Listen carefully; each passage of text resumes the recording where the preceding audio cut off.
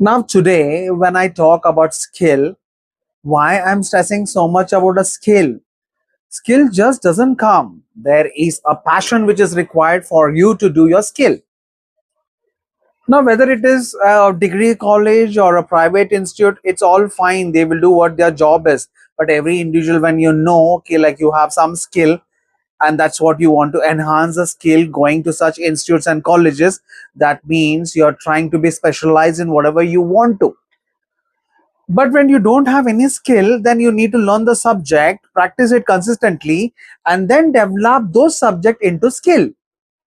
And that's what everything in today's time skill matters. Thousands of papers, thousands of certificates, thousands of talks, everything done. Good English done, good communication done.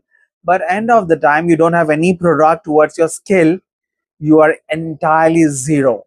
So understand, my dear students, like how important skill is.